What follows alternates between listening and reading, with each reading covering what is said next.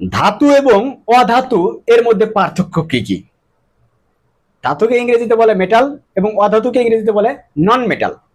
আমরা metal versus নন মেটালের যে পার্থক্য, অর্থাৎ তাদের আলাদা আলাদা বৈশিষ্ট্য, এটা নিয়ে আলোচনা করব। ধাতু তাপ ও বিদ্যুৎ সুপরিবাহী। ধাতু সবসময় তাপ এবং বিদ্যুৎ সুপরিবাহী। এক পাশে তাপ দিলে বা এক পাশে বিদ্যুৎ দিলে অন্য পাশে সেটা চলে যায়, দ্রুত স্থানান্তরিত হতে পারে, ছড়িয়ে যেতে পারে। কিন্তু অধাতু তাপ এবং বিদ্যুৎ কুপরিবাহী, বা আমরা অপরিবাহীও বলতে পারি। অধাতু তাপ এবং বিদ্যুৎ এটা পরিবহন করতে পারে না, এক পাশে তাপ দিলে অন্য পাশে সেটা সাথে সাথে যাবে না। এবার ঘনত্ব সবচেয়ে বেশি ধাতুর, ধাতুর ঘনত্ব সবচাইতে বেশি। যেমন লোহা, সোনা ইত্যাদি, এগুলো হলো ধাতু। এই ধাতুগুলোর ঘনত্ব বেশি হয়, কিন্তু অধাতু এর ঘনত্ব তুলনামূলক কম। যেমন প্লাস্টিক বলতে পারি আমরা, লোহার তুলনায় সোনার তুলনায় পাতলা জিনিস, এটা ভিতরে ফাঁপা বেশি থাকে, ঘনত্ব কম থাকে এদের। এরপর আঘাতের ঝনঝন শব্দ হয় ধাতু।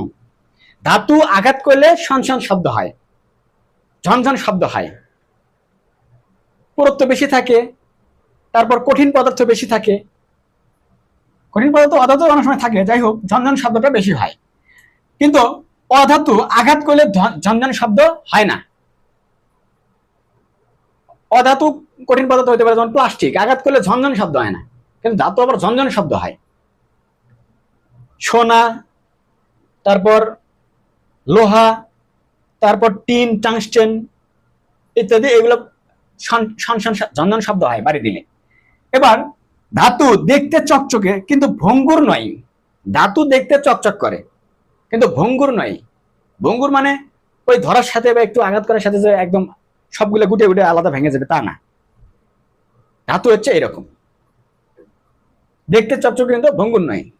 যেমন সোনা চকচক করে, কিন্তু এক পাশে কেটে ফেলে দিলে পুরোটা যে ভেঙে যাবে তা না, ভঙ্গুর না। ওইটুকু যেটুকু কাটা হবে ওইটুকু কেটে চলে যাবে, এই সিস্টেম। কিন্তু অধাতু আবার দেখতে অনুজ্জ্বল এবং ভঙ্গুর প্রকৃতির হয়। যেমন আমরা বলতে পারি ইট একটা অধাতু, এর মধ্যে বিদ্যুৎ প্রবাহিত হয় না, তাপ এবং বিদ্যুৎ সরাসরি প্রবাহিত হয় না, ধাতুর মতো আচরণ করে না।